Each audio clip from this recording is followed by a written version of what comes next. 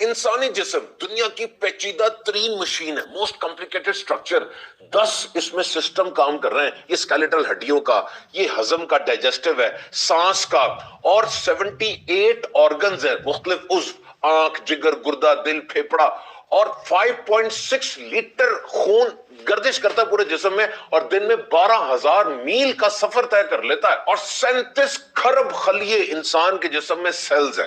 अरब medical science की सारी तारीख और सारी तहकीकात पढ़ के देख लीजिए, रोजा इन सब को रिफ्रेश कर देता है, ताजा करके सारी सफाई कर देता है। अब देखिए ना, खाने का हजम होना, डाइजेशन, ये बड़ा अहम काम है। जब आप खाना खाते हैं तो पेट में मशीन चलना शुरू हो जाती है, amylase, lipase, bile, gastric juice, सारे एंजाइम्स आते हैं और खाने को डाइजेस्ट करते हैं, हजम करते हैं। और इस वक्त चौके काम हो रहा है पेट में, खून का दबाव भी पेट की तरफ हो जाता है, और पेट को फिर भी पूरा खून नहीं मिलता, वो थोड़ा सा इधर उधर से चुरा भी लेता है, क्योंकि यहां काम हो रहा है। जिस तरह जब इंसान को गुस्सा आता है ना, तो खून का बहाव वो हाथों की तरफ हो जाता है, क्योंकि हो सकता है हाथ को इस्तेमाल करना पड़े। और ये मशीन तो सारा दिन ही चलती रहती है, हम रुकते कहां हैं? कभी यहां खाया, अब वहां खाने जा रहे हैं, अभी इसके साथ खाया, अब वो खा रहे हैं।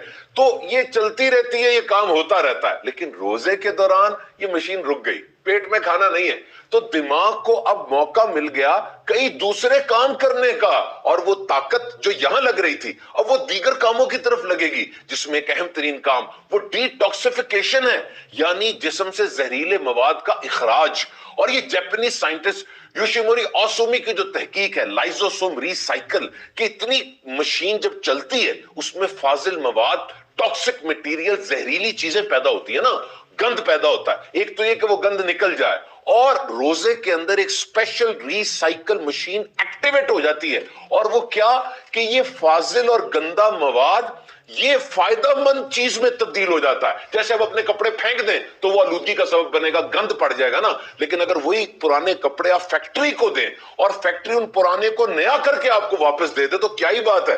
तो रोजा इंसान के जिस्म में ये रिसाइकलिंग शुरू कर देता है। और वेब एमडी में पब्लिश एक आर्टिकल के मुताबिक ये जो डिसिप्लिन्ड हंगर है, नज्म ज़ब्त के साथ, कि ज़हन बना हुआ है सुबह खाऊंगा, फिर पीक आवर्स में भूखा रहूंगा, फिर आखिर में खाऊंगा, इस हालत में जिस्म में जो खून गर्दिश कर रहा है ना आपका, उसमें गंद कम से कम है, साफ खून गर्दिश कर रहा है। और ये साफ खून की सप्लाई जब ब्रेन को मिलती है, क्लीनर थॉट्स, बेटर मेमोरी और इंक्रीज शार्पनेस, यानी परेशान को नहीं बल्कि अच्छी सोचें आएंगी, मेमोरी, याददाश्त तेज होगी, और इंसान की क्रिएटिविटी, कुछ नया सोचने का उसको मिलेगा। और जिस्म के अंदर गुड हार्मोन जो एंडोर्फिन्स हैं, डोपामीन है, इनकी मिकदार बढ़ती है, तो मायूसियां छटती हैं, और रोजा इंसान को ताजा कर देता है। और ये लिम्फेटिक सिस्टम, यानी इंसान के जिस्म के अंदर जो अपनी आर्मी होती है, जो बाहर से आने वाले जरासीमों को, गंदी चीजों को रोकती है या पीछे करती है, रोजे के अंदर ये रिफ्रेश होती है, इसको भी एक ताजगी मिलती है, और पूरा इम्यून सिस्टम वो जबरदस्त अंदाज से वर्किंग ऑर्डर में आ जाता है। और ये तो बिल्कुल क्लियर है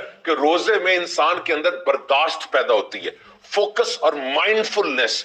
आज जो दुनिया में नफ्सियाती बीमारियों का एक सुनामी आया हुआ है, ओवर थिंकिंग की वजह से, यानी इंसान ज्यादा सोच रहा है या बहुत ज्यादा उसकी सोचें इधर उधर बिखर रही हैं, रोजा सोच को सेट कर देता है कि देख बंदे, तू भूखा, तू प्यासा सिर्फ अल्लाह की रजा के लिए।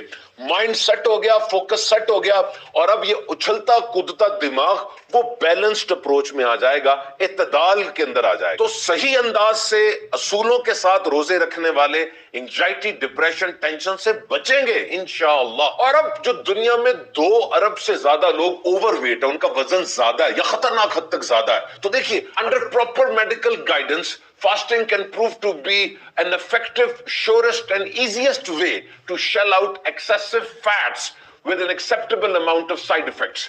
सही तरीके से रोजा आपने रखा है तो जिस्म की जायद चर्बी घुलना शुरू हो जाएगी। देखिए, आखिरी खाना कौन सा खाया था? सहरी का ना, 9-10 बजे तक उसकी ताकत मिलती रही, उसके बाद ताकत तो चाहिए, खाना नहीं है, तो जिस्म में जो जायद चर्बी है वो घुलेगी ताकि एनर्जी मिले।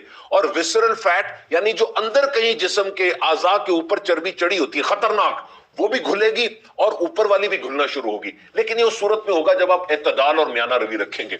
अगर ऐसा हुआ कि जनाब इफ्तारी में खाना खाया اور پکوڑے سموسے دہی بلے فروٹ چاٹ بہت کچھ کھایا اور تھوڑی دیر بعد کہا کھانا لائیں. تو پہلے والا کیا تھا؟ وہ تو افطاری تھی، کھانا تو اب کھائیں گے. اور اس کے بعد رات کو پھر سحری میں، یعنی سحری میں اس لیے زیادہ کھا رہے ہیں کہ سارا دن بھوکا رہنا ہے، اور افطاری میں زیادہ کیوں کھا رہے ہیں کہ جی سارا دن بھوکے رہے ہیں. تو اگر اس طرح کریں گے تو ڈیزائربل ویٹ لاس نہیں بلکہ انڈیزائربل ویٹ گین ہو جائے گا. وزن کم نہیں بلکہ وزن زیادہ ہو جائے گا. تو واقعتاً یہ neuro protective, cardio protective, brain protective, پورے جسم کے ایک ایک عضو کی ٹیوننگ ہو جاتی ہے رمضان المبارک میں. تو آپ روزے رکھیے احتیاط کے ساتھ، برداشت کے ساتھ اور اصول و ضوابط کے ساتھ. انشاءاللہ عز و جل اس کا نتیجہ دیکھیں گے. اور واقعی روزے میں تو شفا ہے، کیونکہ اللہ کے پیارے اور آخری نبی صلی اللہ علیہ وسلم نے ارشاد فرمایا روزہ رکھو تندرست ہو جاؤ گے.